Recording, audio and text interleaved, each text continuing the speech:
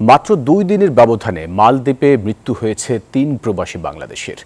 এই মৃত্যুর খবরে মালদ্বীপে বসবাসরত বাংলাদেশিদের মাঝে নেমে এসেছে শোকের ছায়া।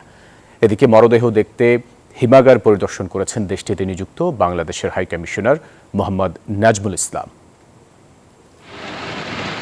উন্নত জীবনযাপন ও অর্থনৈতিক সচ্ছলতার আশায় প্রতি বছরই বিশ্বের বিভিন্ন দেশে পাড়ি জমান অসংখ্য মানুষ। এর মধ্যে ভাগ্য বিড়ম্বনার শিকার হয়ে কারো বিদেশের মাটিতেই মৃত্যু হয়। এবার এমনই এক হৃদয় বিদারক ঘটনা ঘটেছে মালদ্বীপে। হাই কমিশনের তথ্য অনুযায়ী 2 দিনের ব্যবধানে আকস্মিক মৃত্যু হয়েছে 3 প্রবাসী বাংলাদেশির। বান্ডেল থাকলে প্রতি সেনমানিতে টাকা বাঁচবে।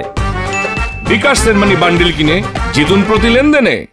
2025 সালে যারা মালদ্বীপে মৃত্যুবরণ করেছেন, আমরা প্রতিটি মৃতদেহই আমরা পরিবারের নিকট প্রেরণ করতে সক্ষম হয়েছি। এক্ষেত্রে আমরা নিয়োগকর্তার মাধ্যমে এবং অনেক ক্ষেত্রে ইন্স্যুরেন্সের মাধ্যমে এবং আমাদের ওয়েজানাস কল্যাণ বোর্ডের সহায়তায় আমরা এই মৃতদেহগুলো তাদের পরিবারের নিকট প্রেরণ করতে সক্ষম হই।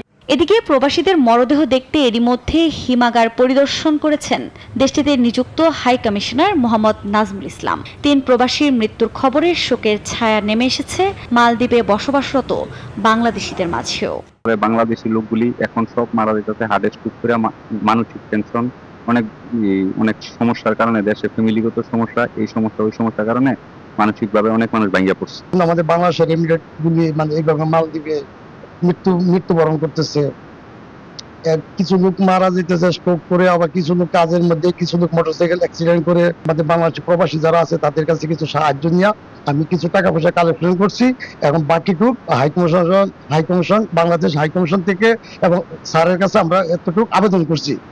বাংলাদেশ হাই কমিশনের তথ্য অনুযায়ী গেল বছরে দেশটিতে মোট 39 জন প্রবাসী বাংলাদেশি মারা গেছেন। চলতি বছর এখন পর্যন্ত মারা গেছেন 26 প্রবাসী। এদের মধ্যে বেশিরভাগেরই মৃত্যু হয়েছে হৃদরোগে আক্রান্ত হয়ে। তবে প্রবাসী বাংলাদেশিদের সহযোগিতা ও দূতাবাসের অনার্স কল্যাণ বোর্ডের অর্থায়নে মরদেহ যথাযথভাবে দেশে পাঠানো হয়েছে।